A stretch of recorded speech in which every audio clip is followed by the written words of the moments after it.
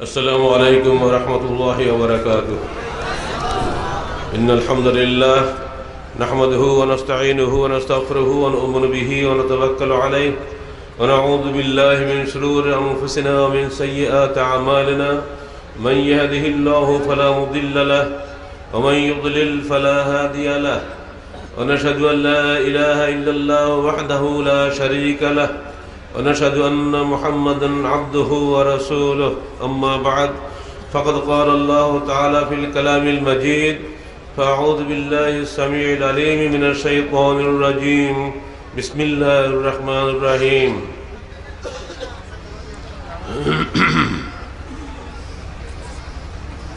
يا أيها الناس اتقوا ربكم الذي خلقكم من نفس واحدة وخلق منها زوجها وبث منهما رجالا كثيرا ونساء واتقوا الله الذي تساءلون به والأرحام إن الله كان عليكم رقيبا.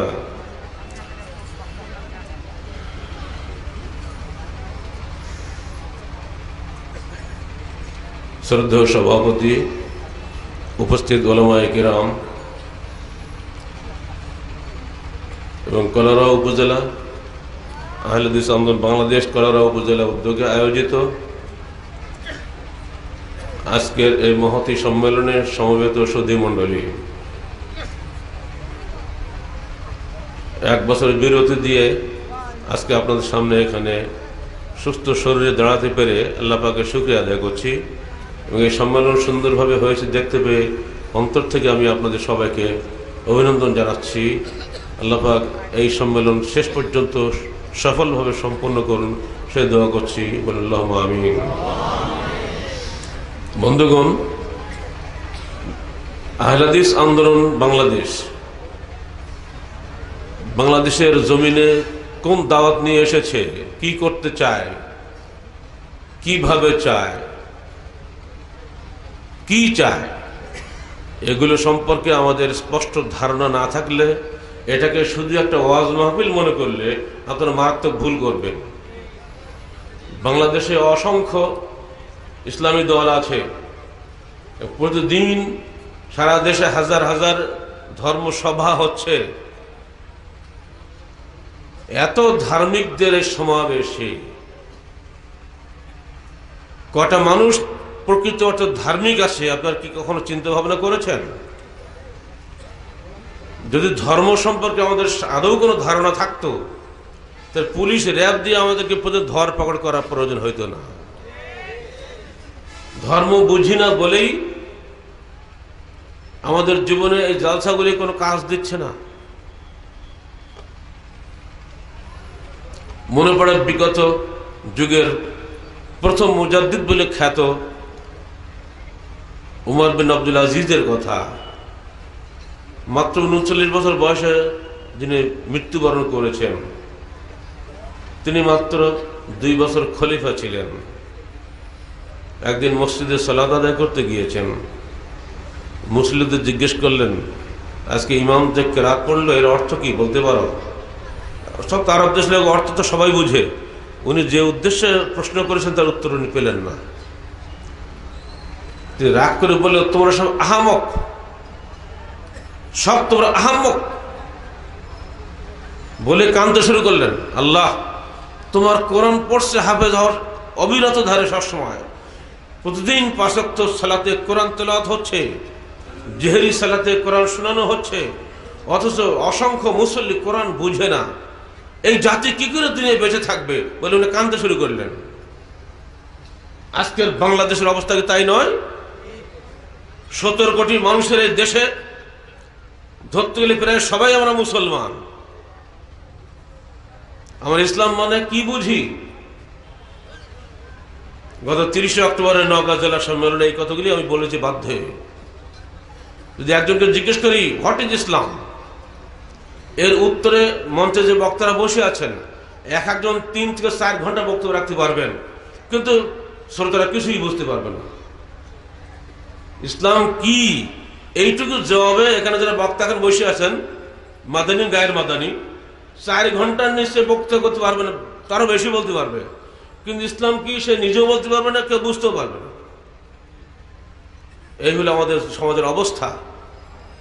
অথচ আল্লাহ রসুল ইসলাম শিখিয়েছেন মূর্খদের সামনে, এমএ পাস বিএ পাস লোকের সামনে না। এখানে যারা বসে আছেন আমার তো মনে হয় 95% অন্তত ইন্টারমিডিয়েট পাস কমপক্ষে। কিন্তু আল্লাহ নবী যাদের সামনে দিনের দাওয়াত দিয়েছেন তারা মূর্খ, আপনাদের ভাষায় জাহেলি যুগের মানুষ।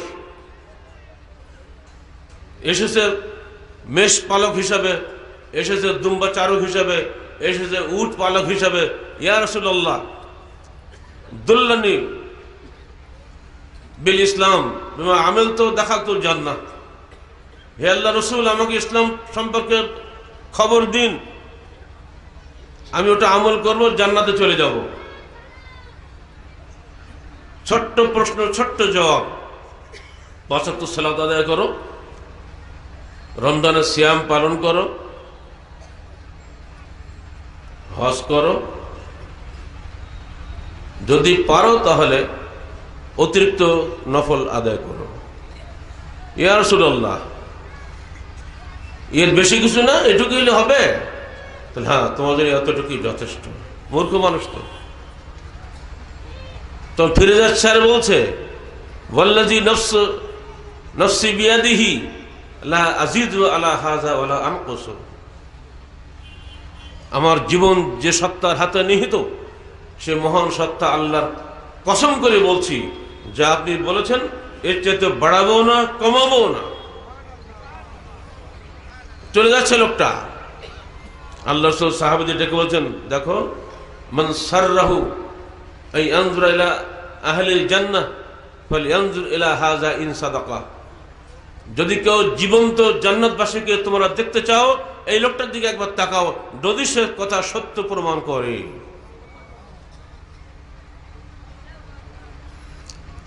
আপনারা সবাই জানেন মুসলমান হতে গেলে প্রথম ফরজ হলো সালাত আদায় করা, সিয়াম পালন করা। কতজন মুসল্লি এখানে আছেন যে ৫ ওয়াক্ত সালাত আদায় করেন? এরপরও ৫ ওয়াক্ত সালাতে আমরা কি পড়ি, কি বলি, বোঝেন এরকম মুসল্লি কয়জন আছেন? সানা পড়ি, সানার অর্থ কি আমরা বুঝি? সূরা ফাতিহা পড়ি, অর্থ কি বুঝি? সূরা ফাতিহা পড়তে হবে কি হবে না এই নিয়ে দুই মাযহাবে মারামারি। কিন্তু বাবা কি পড়ি তার মধ্যে?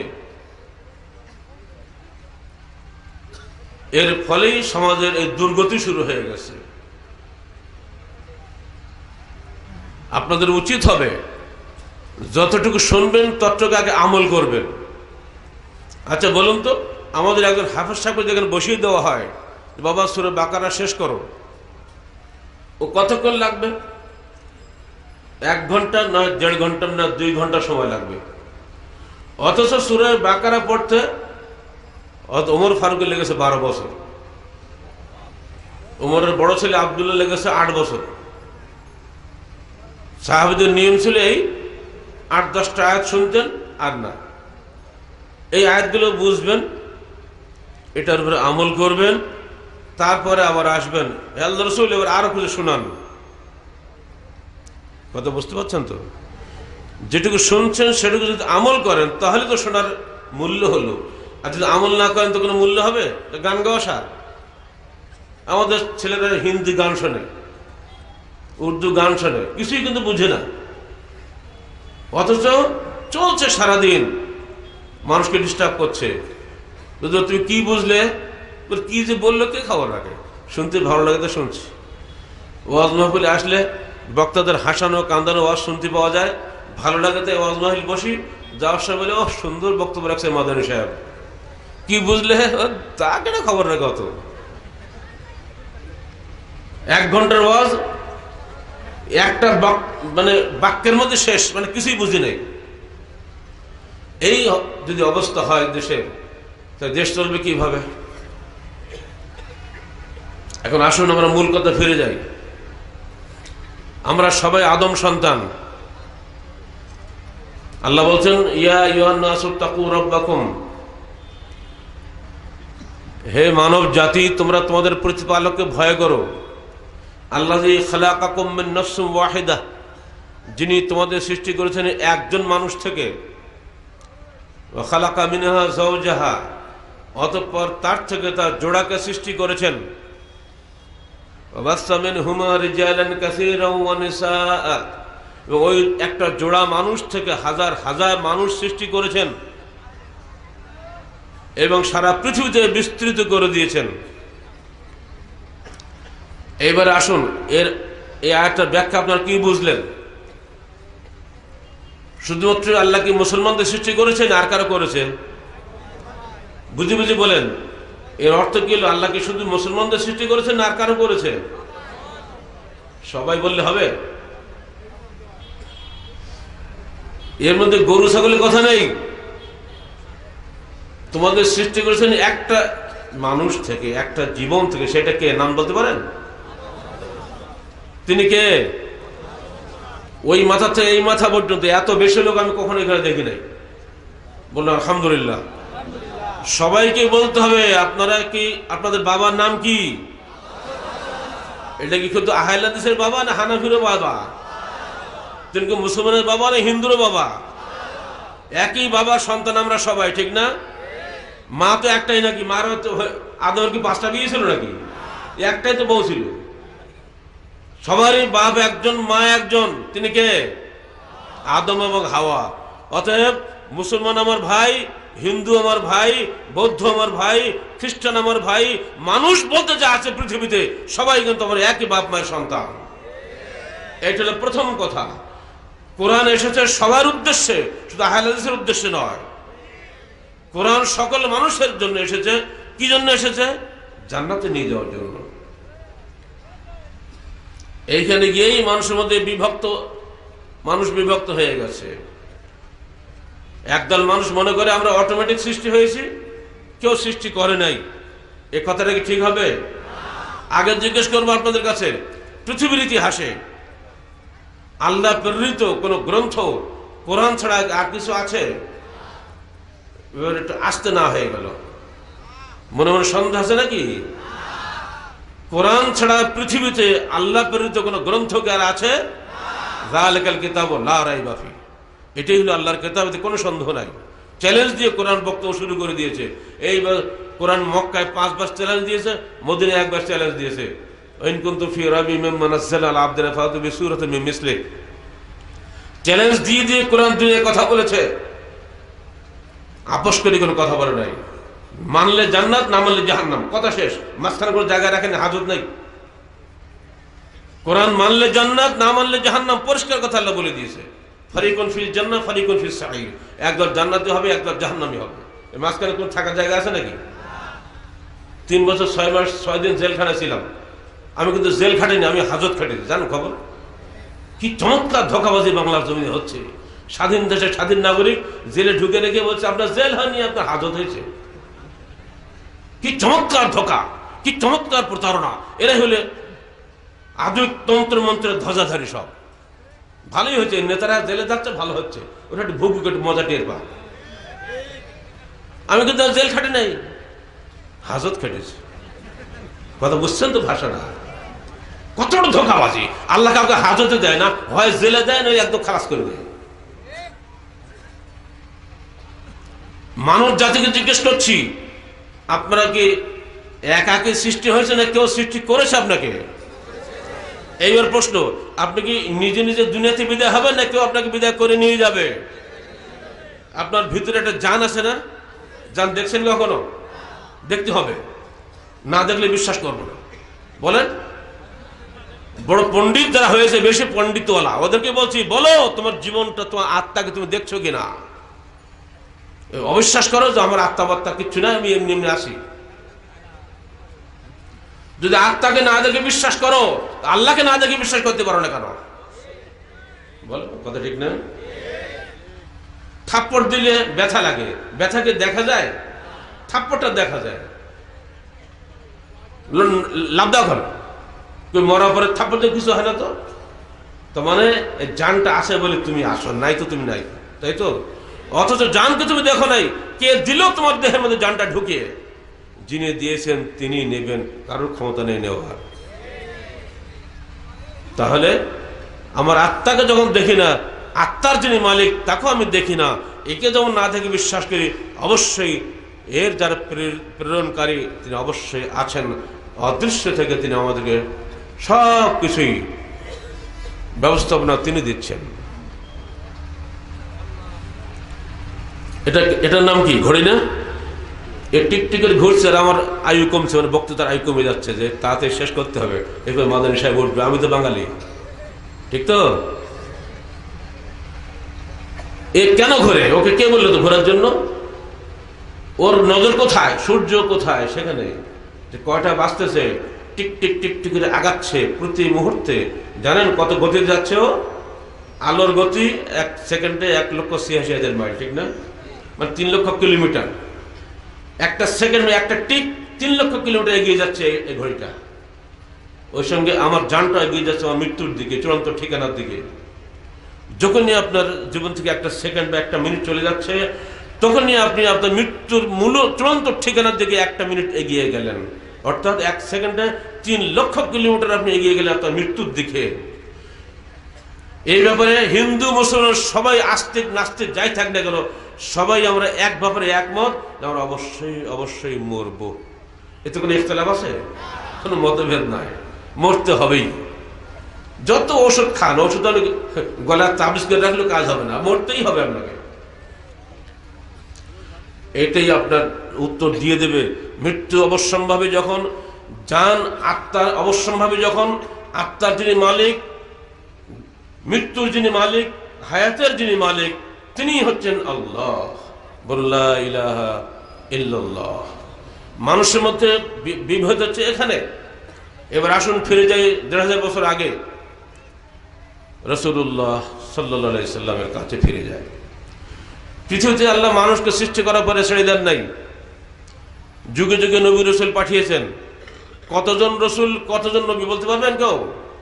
এগুলো শেখার জায়গা, শিখতে হবে। বক্তৃতা খেলে ঘুম পড়ার জায়গা না, শিখতে হবে আপনাদেরকে।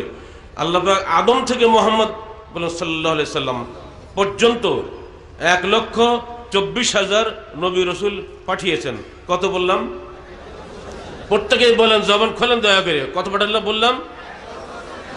এর মধ্যে রসুল হলো ৩১৫ জন। কজন বললাম? এদের মধ্যে 4 জন রসুল নাম আমরা জানি, নূহ, ইব্রাহিম, মুসা, ঈসা, দাউদ, তাই তো? কিন্তু সব শেষে সবার বড়, সবার শেষ তিনি হচ্ছেন আমার আপনার প্রাণপ্রিয় রসুল মুহাম্মদ রাসূলুল্লাহ সাল্লাল্লাহু আলাইহি ওয়াসাল্লাম। প্রথম রসুলকে নূহ আলাইহিস সালাম, শেষ রসুলকে মুহাম্মদ সাল্লাল্লাহু আলাইহি সাল্লাম। সবগুলো আলাইহিস সালাম, এক জায়গায় সাল্লাল্লাহু আলাইহি সাল্লাম। সমস্ত রসুল স্ব গোত্রের কাছে এসেছিলেন, আর আমাদের রসুল বিশ্ব মানবতার নবী, পুরা সৃষ্টি জগতের নবী, এমনকি গরু ছাগল হরিণ সবারই নবী, জিন এবং ইনসানের নবী। তার অঙ্গুলি ইশারায় আল্লাহর হুকুমে চন্দ্র দ্বিখণ্ডিত হয়। এত বড় শক্তিশালী নবী আসে নাই। এই বিশ্ব নবীকেও মানুষ মিথ্যা বলেছে। প্রত্যেক নবী দাওয়াত দিয়েছেন তার কওমকে। কোন দিকে দাওয়াত দিয়েছেন? আল্লাহ বলছেন, ইয়া কওমি ইবুদুল্লাহ মা লাকুম মিন ইলাহিন গায়রু। হে আমার জাতি, তোমরা আল্লাহর দাসত্ব করো, মনে রেখো তিনি ব্যতীত আর কোনো ইলাহ নাই, কোনো উপাস্য নাই। এই কথা বলার সঙ্গে সঙ্গে তার জাতি বলেছে, বাল নাত্তাবিউ মা ওয়াজাদনা আলাইহি আবানা। তুমি যাই বলো বাবা, আমরা অনুসরণ করব ওই বস্তুর আমার বাপ দাদারা যার অনুসরণ করে গেছেন। প্রত্যেক নবীকে এই উত্তর শুনতে হয়েছে, আমাদের নবীকেও একই উত্তর শুনতে হয়েছে। যারা নবীর অনুসারী, দাওয়াত যারা দিবেন তাদেরকেও একই উত্তর শুনতে হবে। কারণ নবীদের দাওয়াত হলো আল্লাহমুখী, আর অন্যদের দাওয়াত হলো শয়তানমুখী। মানুষের মনটা সবসময় শয়তানের তাবেদারি করে। মুখে ভদ্রভাবে বলে আমি আল্লাহর তাবেদারি করি, কিন্তু মনটা সবসময় শয়তানি করে। এমনকি আপনি সালাত আদায় করছেন, সেখানে গিয়েও শয়তান পিছিয়ে লাগে না? খালি রাকাত ভুল হয়ে যায়, সূরা ভুল হয়ে যায়, কত যে ডিস্টার্ব করে। শয়তান প্রতি মুহূর্তে মানুষের পিছনে লেগে আছে। আর এই কারণে মানুষ আল্লাহকে মানতে চায় না। এবার বলুন, এই সর্বশেষ শ্রেষ্ঠ রসুল আসলেন, তিনি তো এসে রাজত্ব করবেন, বলবেন আমি শ্রেষ্ঠ রসুল, তোমাদেরকে এসেছি, তোমরা আমার আনুগত্য করো। তিনি বলেছিলেন। কারণ মৌলিক একটা বিষয় মনে রাখবেন, নেতা হয় ভোটে আর নবী হয় আল্লাহর রহমতে। নবীকে আল্লাহ বাছাই করেন, নেতাকে জনগণ বাছাই করে, পার্থক্য হচ্ছে না? সেজন্য তাকে দাওয়াত দিতে নিজেই বলতে হয়, ইয়া কওম ইবুদুল্লাহ ইয়াবুদুনি ওয়াত্তাকুল্লাহ ওয়া আতিউনি, এর বহু কথা এসেছে কোরআনে। হে আমার কওম, আল্লাহর দাসত্ব করো এবং আমার আনুগত্য করো। আনুগত্য চেয়ে নেওয়া যায় না, কিন্তু নবীরা চেয়ে নিতে বাধ্য আল্লাহর হুকুমে। তা আমার রসুল যখন কওমকে ডাক দিলেন সাফা পাহাড়ের মাথায় দাঁড়িয়ে, তখন তারা বলল আলে হাজা জামায়াতানা, তুমি এই জন্য আমাদের এখানে জমা করেছ? বলে মুখে পাথর মারতে গিয়েছিল আবু লাহাব। আল্লাহ পাক এই দৃশ্য বরদাস্ত করতে পারেন নাই, তিনি আয়াত নাজিল করলেন, তাব্বাত ইয়াদা আবি লাহাব ওয়া তাব, আবু লাহাবের দুই হাত ধ্বংস হোক, এবং সে ধ্বংস হয়ে গেছে। আল্লাহ রসুলের পক্ষে বান্দা কোন কথা বলেনি সেদিন, তাকে গাল দিয়েছিল, হয়তো আবু তালেব মনে ব্যথা পেয়েছিলেন, কিন্তু পাল্টা কিছু বলতে পারেন নাই, তা আল্লাহ বলতে ছাড়েন নাই। শুরু হয়ে গেল খেলা। সমাজ পরিবর্তনের জন্য নবী রাসূলরা আসেন। সমাজে যে জাহেলিয়াত চলে, শয়তানি আনুগত্য যেটা সমাজে চলে, এটাকে পরিবর্তন করে আল্লাহর আনুগত্য ফিরিয়ে নেওয়ার জন্যই নবী রাসূলদের দাওয়াত যুগে যুগে এসেছে, হয়েছে। এবং তার আমাদের শেষ নবীর মৃত্যুর পরে ওয়ারাসাতুল আম্বিয়া হিসাবে তার নবীগণ, তার নাউজুবিল্লাহ, তার আলেমগণ, ওলামা যারা, ওলামায়ে হাক্কানি যারা, তারাই সেই নবীদের রেখে যাওয়ার দাওয়াতটা মানুষের কাছে পৌঁছাবেন। এটি আমাদের দায়িত্ব। এই দায়িত্ব ভুলে যাওয়ার কারণে আলেমরাও পথভ্রষ্ট হয়ে গেছি, আমরা শ্রোতারাও পথভ্রষ্ট হয়ে গেছি। এটা আগেই শুনছিলাম, আলেমের শত শত হবে, আমির একজন হবে। এইটুক কথা যদি আলেমকে বুঝাতে বিপদে পড়ে যেতে হয়, জাহিলরা কি বুঝবে? বিরাট জালসা চলছে এখানে, এখানে একজন সভাপতি নাই, ওনারা কমান্ড ছাড়া আমি এখানে দাঁড়াতে পারবো? যতই প্রধান অতিথি আমি হই, আমি অতিথি, আমি সভাপতি নই। এখানে একজন কমান্ডার লাগছে না? উনি তো এখানে আমির। সালাত আদায় করছেন, ইমাম থাকবে না? উনি তো আমির।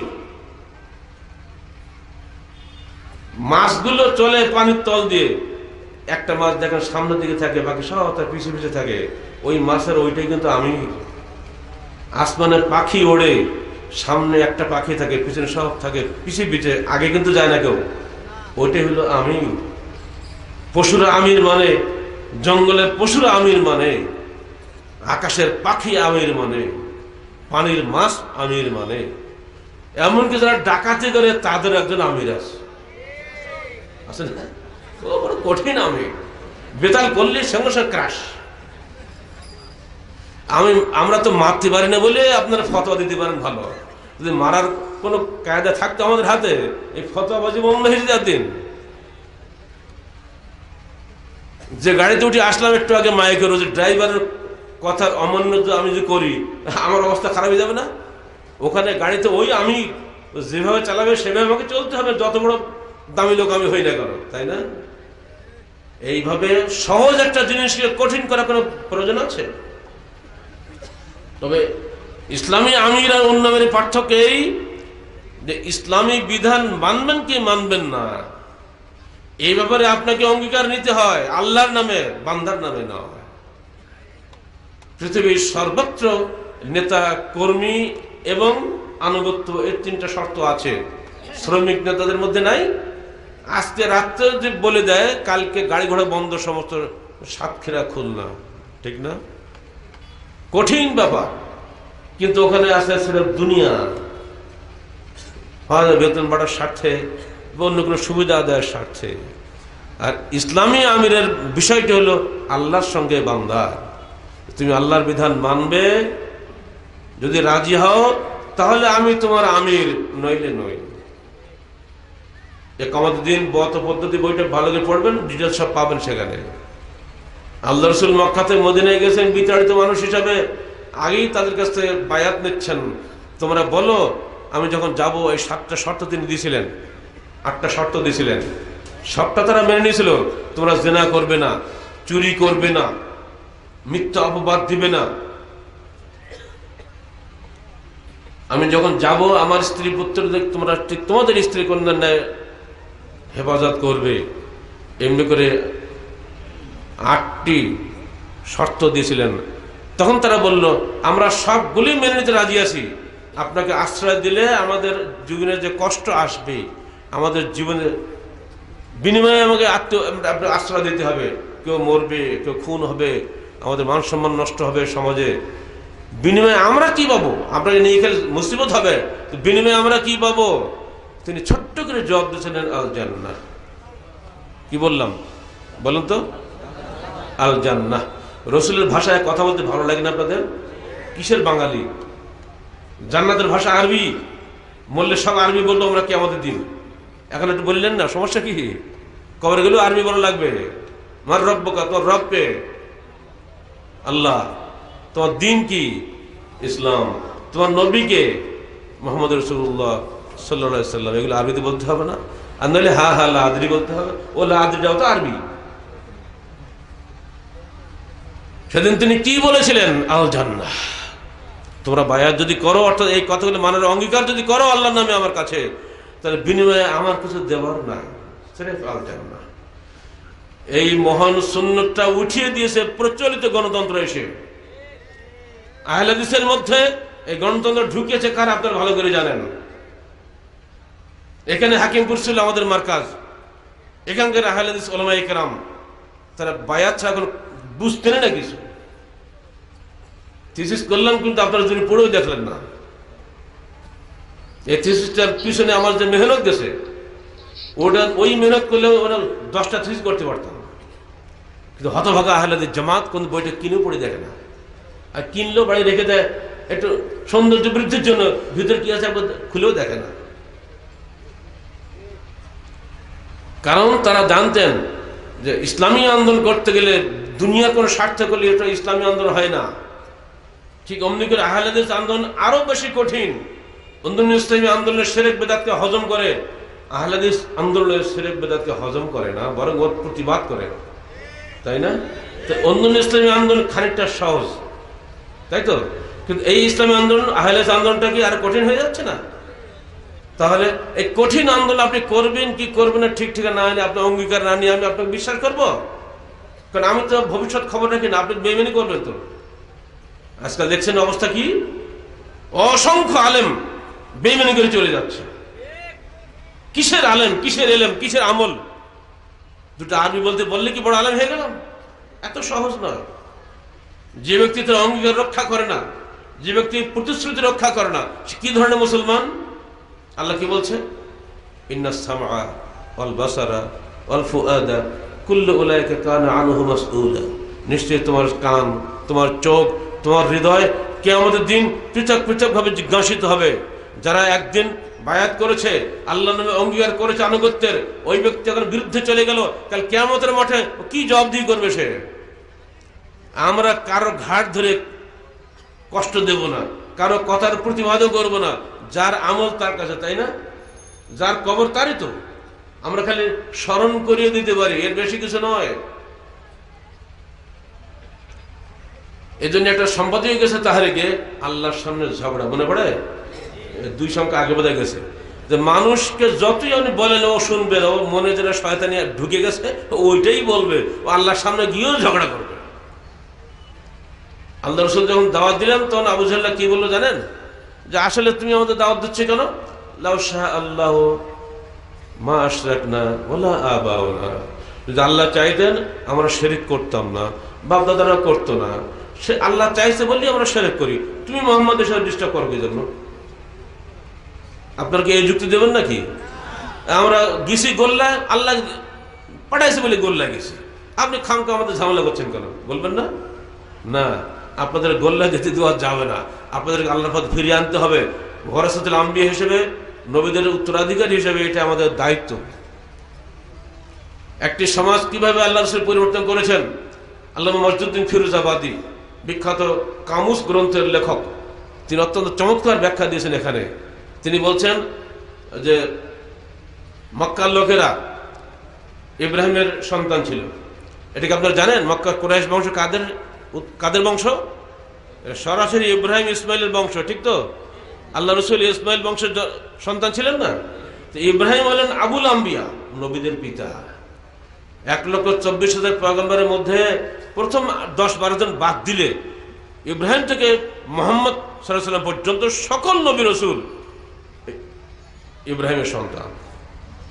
তার 2 ছেলে, ছোট ছেলে ইসহাকের ঔরসে বেশি সন্তান এসেছে, ওনারই বংশের সন্তান বেশি। আর ইসমাইলের বংশে মাত্র 1 জন এসেছে, একাই বিশ্বের সেরা। তিনি কে? মুহাম্মদ রাসূলুল্লাহ সাল্লাল্লাহু আলাইহি ওয়াসাল্লাম। আল্লাহ মজদুদ্দিন ফিরোজাবাদী তিনি জবাব দিচ্ছেন এখানে, এর ইব্রাহিমী বংশের সন্তান হওয়া সত্ত্বেও, আর ইব্রাহিম বংশের শ্রেষ্ঠ সন্তান, শ্রেষ্ঠ নবী মুহাম্মদ রাসূলুল্লাহ হওয়া সত্ত্বেও তার সঙ্গে কি কারণে তাদের বিরোধটা ছিল? তারা একদিন দলবল বেঁধে এসে তাদের নেতা আবু তালেবকে বলল, হাজা সাহেবকা আল্লাযী বাদদালা দীনাকা দীনা আবাইকা ওয়া ফাররাকা জামাতা কওমিকা সাফফাল আহলাম ফাল নাকতুল। হে আবু তালেব, আপনি আমাদের নেতা, আপনার এই ছেলে, যদিও ভাতিজা অনেকে বলে ছেলেই বলতো, আপনার এবং আপনার বাপ দাদার দিনকে অস্বীকার করেছে, আমাদের এই জামাতকে বিভক্ত করেছে, আমাদের জ্ঞানীদেরকে বোকা বলেছে, অতএব আমরা ওকে হত্যা করব। তখন চাচা কি বলবেন? ভাতিজাকে ডাকালেন, বাবা এসো, তোমার চাচা কি বলছে শোনো। শুনলেন, শোনার পর উনি জবাব দিলেন, যদি আমার ডান হাতে আপনার একটা আসমান্তের সূর্য এনে দেন আর বাম হাতের চন্দ্র এনে দেন, আমি কশ্চিন কালো মা তারাক্ত মা যেহেতু বিহি, যে জিনিস নিয়ে আমি এসেছি ইসলাম নিয়ে, তৌহিদ নিয়ে, তা কখনোই আমি ছাড়ব না। পারবেন বলতে? একা মানুষ, কেউ নাই কিন্তু সেখানে। বলেই উনি মুখ ফিরিয়ে চলে যাচ্ছেন, চোখের পানি ছলছল করছে। এই দৃশ্য আবু তালেব বরদাস্ত করতে পারে নাই, যে ছেলেটি কখনো বাপের চেহারা দেখে নাই, জন্ম থেকে তার দাদা এবং তারপর আমি মানুষ করছি, আজ আমার সামনে আমার ভাতিজা চোখের পানি ফেলতে ফেলতে চলে যাচ্ছে। উনি ডাকতেন ভাই, বলে দিলেন, হে ভাতিজা, যা খুশি দাওয়াত দাও, যতক্ষণ এই বৃদ্ধ আবু তালেব দুনিয়ায় বেঁচে আছে তোমার কৃষকদের স্পর্শ করার ক্ষমতা কারো হবে না। একা এই বৃদ্ধ আবু তালেবের জন্যই এই সমস্ত নেতারা ওই দিন ব্যর্থ হয়ে গেছিল।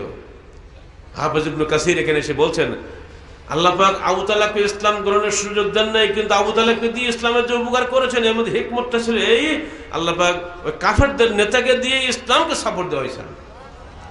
যে ওই দিন ওই কাফের নেতা ইসলামকে সাপোর্ট না দিত, আল্লাহ রসুলের পক্ষে মক্কায় দাওয়াত দেওয়া আদৌ সম্ভব হতো না।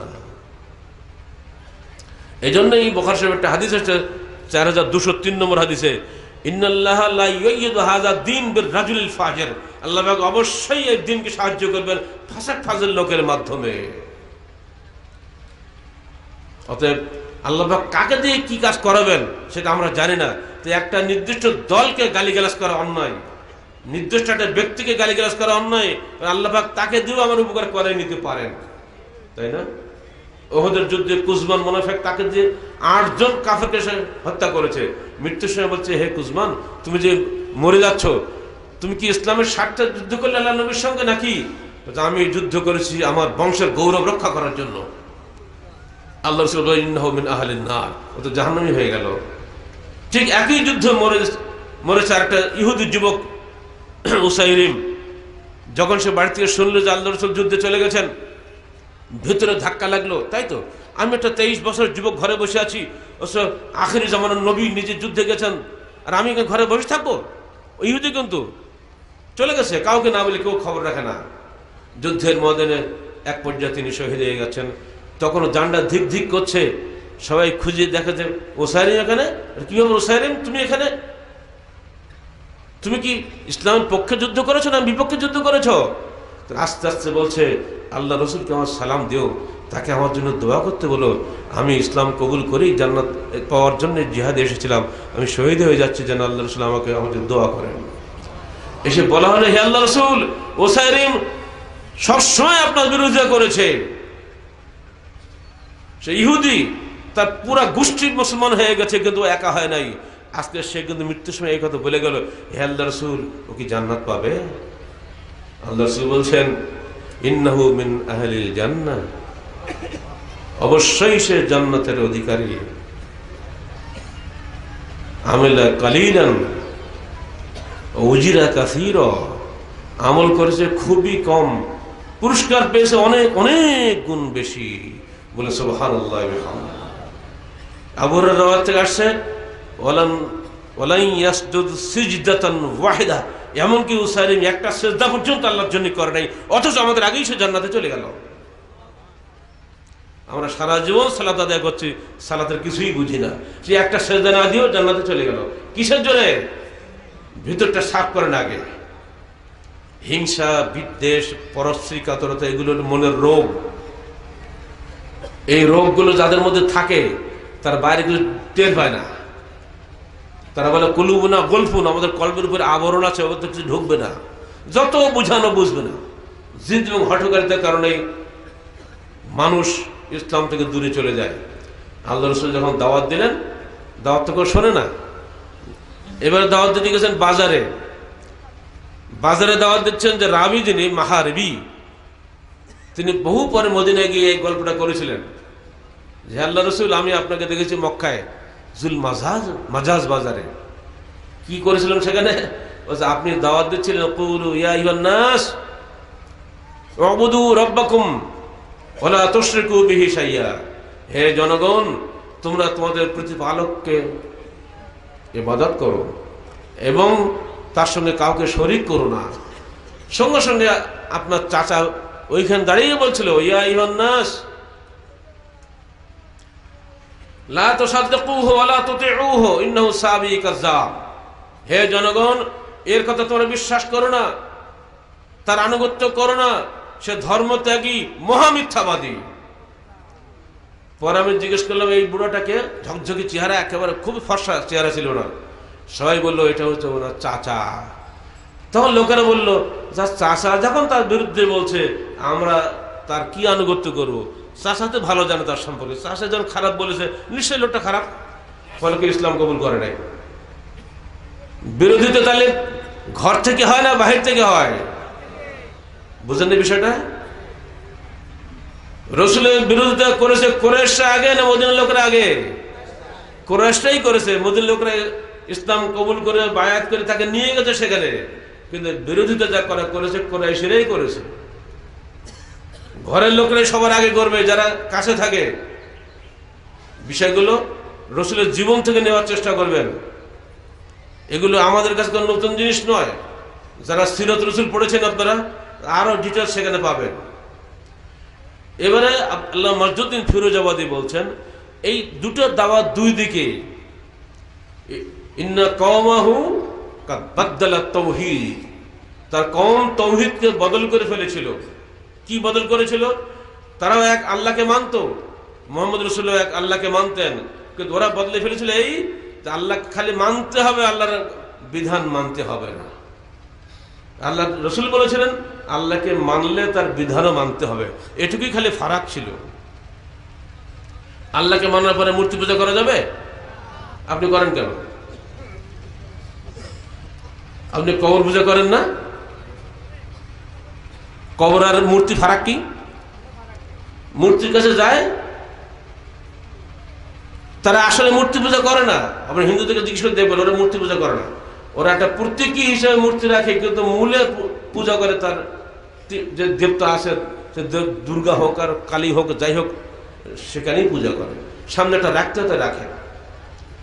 আমরাও আমাদের কবরকে পূজা করি, কারণ আমরা জানি যে কবরে কেউ জীবিত নাই। পূজা করি কবরবাসীর নিয়তে। একটা মানুষ তো তিনি, আল্লাহ তো কবর হয় না, কবর তো মানুষের হয়। ওই মূর্তি পূজারী, ওই কবর পূজারী আকীদার দিক দিয়ে সমান। কিন্তু আপনি ব্যাখ্যা দিয়েছেন, এমন চমৎকার করে বুঝাচ্ছেন মানুষকে যে আউলিয়ারা কখনো মরে না, ও সাধারণ মানুষটা একটা আউলিয়া। আউলিয়ার ডিগ্রি দিল কে? তাহলে হায়াতুন নবী আর্টিকেলে পড়ে দেখবেন তাহরিকে। কোরআন বলছে ইন্নাকা লা তুসমিউল মাউতা ওয়ালা তাসমাউদ দুআ, তুমি কোনো মৃত ব্যক্তিকে শোনাইতে পারো না। কোরআন আরেক জায়গায় বলছে ইন্নাকা লা ওয়া ইন্নাকা বিমুসমিন মান ফিল কুবুর, তুমি কখনোই ওই ব্যক্তিকে শোনাতে পারো না যে কবরে চলে গেছে। কবরের জিন্দেগিটা কি? সূরা মুমিনুন 100 আল্লাহ পাক বলছেন ওমান ওয়ারাহিম বারযাকুন ইলা ইয়াউমিল কিয়ামা ইলা ইয়াউমি ইউবআসুন, পুনরুত্থান দিবস পর্যন্ত কবরের জগৎটা হলো পর্দার জগৎ। বারযাক মানে পর্দার জগৎ। দুনিয়ার কোনো কথা তিনি শুনতে পাবেন না, দুনিয়ার কোনো কাজ তিনি করতে পারবেন না, বারযাকি জিন্দেগি। আল্লাহ রাসূল শুয়ে আছেন মদিনার মসজিদ, আপনারা দেখছেন না? মসজিদের যারা হজ করতে দেখছেন, এখন তো মসজিদ, আগে তো মসজিদ ছিল না, ওর তো ঘর। ওখানে শুয়ে আছে, ওখানে পাশে তার জামাই বৃদ্ধ 83 বছরের ওসমান গনিকে হত্যা করলো, উনি ওখানে বসে তার ঠেকাতে পারলেন না। যদি উনি শুনতে পেতেন, যদি জানতে পারতেন ওসমানকে হত্যা করা হচ্ছে, একটা ধমক দিলে তো সব পালিয়ে দিত। এইগুলো চাক্ষুষ দেখার পরও, এমনকি জীবন্ত রাসূল যুদ্ধে গেছেন, সঙ্গে স্ত্রী আয়েশা আছে, গলার হারটা পড়ে গেছে, হার খুঁজে পায় না। উটের পেটের তলায় কিন্তু আসে, পরে চলে আসলো, আল্লাহ রাসূল হার খুঁজে পান না। জীবন্ত রাসূল নিজের স্ত্রীর হার খুঁজে পায় না, আর মৃত রাসূল বাড়ির পাশে তার জামাই ওসমান হত্যাকারীদের কিছু বলতে পারেন না। অথচ আমাদের পীর সাহেবরা মরলেই কি কোথায় এসে সারা দুনিয়ার মুরিদানদের সব হায়াত মত ঠিক করে দেয়। কি করে হয়? কোনো যুক্তি মানতে রাজি নই, হুজুর বলেছে এটাই ঠিক, কোরআন মানছে কিন্তু সবাই মনে রেখে দেন। এখন চালাকি করে কবরের পাশে একটা মসজিদ বানিয়ে দিয়েছে। এসব প্রতারণা, ফাঁদ, শয়তানি ফাঁদ এগুলা। ওই মসজিদগুলো মসজিদ নয়, ওগুলো হলো শিকার ধরার জন্য বানানো। যারা মসজিদ যাবে তারা কিছু নজর নিয়ে দিয়ে আসবে। মিলিয়ে দেন কুফারে কুরাইশের সঙ্গে আমাদের ঈমানগুলো। এইখানে গিয়ে ফিরোজাবাদী বলেছেন যে এরা বিধান না মানার আল্লাহু আকবার, তারা আল্লাহকে মানতো আল্লাহ বিল্লাহ তাল্লাহ, কসম খাওয়া আরবদের কাফেররা বলে মুসলমানরা বলে আল্লাহ আমি এটা করি নাই, আল্লাহর কসম করে তারা সব কথা বলতো, অথচ আল্লাহর বিধান মানতো না। আমরাও যারা আসি বসে, আমরা আল্লাহর কসম করে কথা বলি, আল্লাহকে মুখে স্বীকার করি, আল্লাহর বিধান মানি না। আমাদের সার্বিক জীবনটা চলছে আল্লাহর বিরোধী পথে, আর সেই জন্য আমাদের নিজের জীবনেও শান্তি নাই, সামাজিক জীবনেও শান্তি নাই। আরবের কাফেররা সুদ খাইতো না? বলেন, আবু জেহেল সুদের লিডার ছিল না? বাংলাদেশের মুসলমানরা সুদ হালাল করে নাই? আমাদের দেহের রন্ধ্রে রন্ধ্রে সুদ ঢুকে বসে আছে। এই সঙ্গে তাহারি পড়ে দেখবেন, রাজশাহীর একটা আহলে হাদিস এলাকা আড়ানি বাজারে ৮৩,০০০ টাকা ঋণ নিয়েছেন একজন দোকানদার, বিনিময়ে তাকে 2,40,০০০ টাকা দিয়েছে, এখনো 10 লক্ষ টাকা বাকি। বলেন ইন্না লিল্লাহি ওয়া ইন্না ইলাইহি রাজিউন। মানুষ মরে গেলে ইন্না লিল্লাহি পড়তে হয়, তাই না? এই জীবন্ত মানুষগুলোকে যে এইভাবে মারতেছে, এর বিরুদ্ধে কেউ কোনো কথা বলছে না। কারণ সরকার বলবে তো, সরকার নিজে তো সুদখোর। কৃষি ব্যাংকে কৃষকরা সুদ নিতে যাবে, সরকার আগে সুদ তার ঘাড়ে চাপাবে। অথচ সরকার হাতে পুলিশ আছে, র্যাব আছে, কি সব আছে না, মেলা তো বাহিনী আছে। এই মানুষগুলোকে সুদ থেকে বাঁচানোর জন্য সরকারের একটা আদেশই যথেষ্ট। সুদ নয়, আমার নাগরিক কষ্টে পড়েছে, কর্জে হাসানা দাও, না দিলে আমি সরকার, আমি তোমার সরকার ওই টাকাটা আদায় করে দেবো, বলতে পারে না? তা বললে আমাদের সরকার ইনশাআল্লাহ সহজে জান্নাত পাবে। কাফেরদের চরিত্রের সঙ্গে মিলটা দেখেন। ধর্মীয় জীবনে যান, মা ইয়ানতিকু আনিল হাওয়া ইন হুয়া ইল্লা ওয়াহয়ুন ইউহা। আমার রাসূল কোনো কথা বলতেন না আল্লাহর পক্ষ থেকে ওহী নাজিল না হওয়া পর্যন্ত। তিনি কোরআনের ব্যাখ্যাকারী, কোরআনের ব্যাখ্যা দিয়েছেন হাদিসের মাধ্যমে। কোরআন এবং সহিহ হাদিস দুটি আল্লাহর ওহী। আল্লাহর ওহীতে কোনো মিথ্যা আছে? লা ইয়াতিহিল বাতিলু মিন বাইনি ইয়াদাইহি ওয়ালা মিন খালফিহি তানজিলুম মিন হাকীমিন হামিদ। কোরআনে বাতিলের অর্থাৎ মিথ্যার প্রবেশাধিকার নাই, সামনের দিকে হোক আর পিছন দিক থেকে হোক। তানজিলুম মিন হাকীমিন হামিদ, এটি নাজিল হয়েছে মহা প্রজ্ঞাময় মহাপ্রশংসিত সত্তার পক্ষ থেকে। আল্লাহ যেখানে সার্টিফিকেট দিচ্ছেন, এখানে কোনো মিথ্যা নাই। অথচ আমরা সারা জীবন ধরে সালাত আদায় করছি। এমনকি কোন কোন দেশের একটা রিপোর্ট পাওয়া গেছে, বিদেশে মুসলমান মহিলা সালাত আদায় করেন না কতজন। একটা গ্রাম ট্রাই করেন আপনি, একটা গ্রাম যদি 500 লোক বসবাস করে, দেখবেন সে আপনার 400 লোক সালাত আদায় করে না। আর তরুণ যুবকদের সালাতের খবরই নেই। তারা স্কুল কলেজে যায়, তাদের সালাতের সময় দেওয়া হয় না। যারা অফিসের কর্মচারী, তাদেরকে সালাতের সময় দেওয়া হয় না। দুপুরে নিতান্ত পেটের দায় 8 ঘন্টা সময় দেওয়া হয়। ওতে খাওয়া এবং সালাত আদায় 8 ঘন্টার মধ্যে হয় নাকি? কিন্তু ওদের বাধ্য হতে হয়। অনেকে আমাদের তাহরিকে প্রশ্ন করে, আমরা কি করবো এখন? কিন্তু না, আপনাকে যাতে সালাত আদায় না করতে পারেন তার ব্যবস্থা করে দেওয়া হয়েছে। সালাত থেকে বাধা কে দিয়েছিল বলেন তো? আল্লাহ রসুলকে মক্কায় আবু জাহেল না মাথা মারাতে যায়নি? আপনারা বলেন আমরা ধর্ম নিরপেক্ষ লোক, যার তার ধর্ম সেই করবে। আল্লাহ রসুলকে আবু জাহেল তার ধর্ম পালন করতে দিয়েছিল সেদিন? কাবা ঘরে সালাত আদায় করলে কি আবু জাহেলের কোনো সমস্যা হতো? তার সুদে ক্ষতি হইতো? কিছুই হতো না। কিন্তু সালাত আদায়ের টাকাও কোনোদিন কাফেররা বরদাস্ত করে নাই। এ যুগের লোকেরা সালাত আদায়কে বরদাস্ত করে না। যদিও এটা আমাদের ব্যক্তিগত ব্যাপার। অন্য ভাইরা ঢোল ডাগর পিটিয়ে বিশাল বিশাল পূজা করতে পারে, কোনো সমস্যা নাই। কিন্তু মুসলমানরা সালাত আদায় করতে গেলে আপনার খুব সমস্যা হয়ে যাচ্ছে। সময় দেবেন না কেন? সালাত আমার ধর্মীয় অধিকার, যাকাত আমার ধর্মীয় অধিকার, সুদ খাবো না এটা আমার ধর্মীয় অধিকার। কেন ব্যাংকগুলো সুদ ভর্তি করা? সমস্ত ব্যাংকগুলো অবশ্যই সুদবিহীন ব্যাংক করতে হবে। কি আপনাদের ইচ্ছা কি বলেন? আপনার ছেলে সুদী ব্যাংকে চাকরি করে, আপনার ছেলে রুজিকে হালাল না হারাম? ওই টাকা নিয়ে আপনি হজ করতে গেলেন, আপনার হজ কবুল হবে কি হবে না? জিন্দেগি তো হবে না যদি আব্দুল মান্নান রাগ করবে আমার সাথে। যত হজের ব্যবসা তোমরা করো, কোনো হাজির হজ কবুল হবে না। হারাম করে হজ কোন কবুল হয় না, হারাম করে সালাত কোন কবুল হয় না। অথচ আমরা এদিকে দেখি না, দেহটা আমার হারাম হয়ে যাচ্ছে। যত ব্যাংকের চাকরিওয়ালারা, যত ব্যাংকে টাকা রাখো, সুদ খাও তোমরা, সবগুলো ধ্বংস হয়ে যাবে তোমরা। যে আমরা বলে দিয়েছি ব্যাংকের টাকা রাখো সেফটির জন্য, কিন্তু যে টাকা তুমি লাভ বা সুদ যে নামেই তুমি নাও, এই টাকাটা দয়া করে নিজে ভক্ষণ করো না, জনহিতকর কাজে ব্যয় করে দাও, নেকির আশা করো না। পারবেন? ওই সাহস আপনার নাই। এত কৃপণ আপনি। 1 টাকা দিলি তো মনে, বাপরে এত টাকা গেল, আমার বাথরুমটা টাইলস করা যেত টাকাটা থাকলি গো। এমনি ওনার পায়খানা হয় না। ওর বাবা গেছে 22 তলায় পায়খানা করে, উনি এখন টাইলস না হলে ওর পায়খানা হয় না। কি হতভাগা দেশে পাল্লা পড়ে গেছে।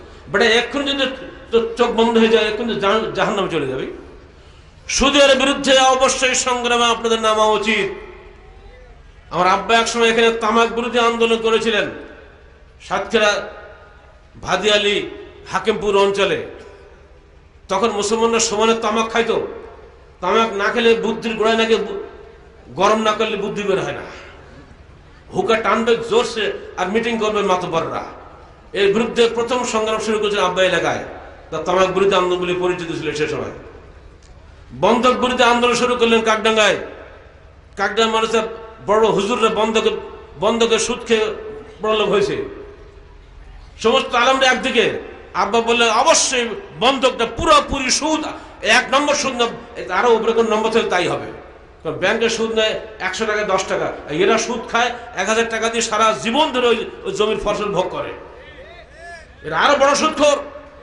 আলমরা যতই ফতোয়া দাও না কেন, সমস্ত ফতোয়াবাজি বন্ধ করো, চলবে না। সুদের বাবা সুদ তোমরা খাও।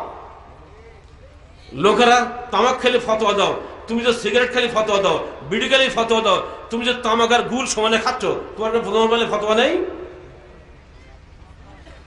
জর্দা না খেলে তোমার বক্তৃতা জোর হয় না, গুল না খেলে তোমার সালাতে মনোনিবেশ ঘটে না, তোমার অবস্থা হবে কি? ইমানে এবং আমলের ঐক্যতান বিনষ্ট হয়ে যাওয়াটাই হলো এই যুগে ইসলামের পতনের মৌলিক কারণ।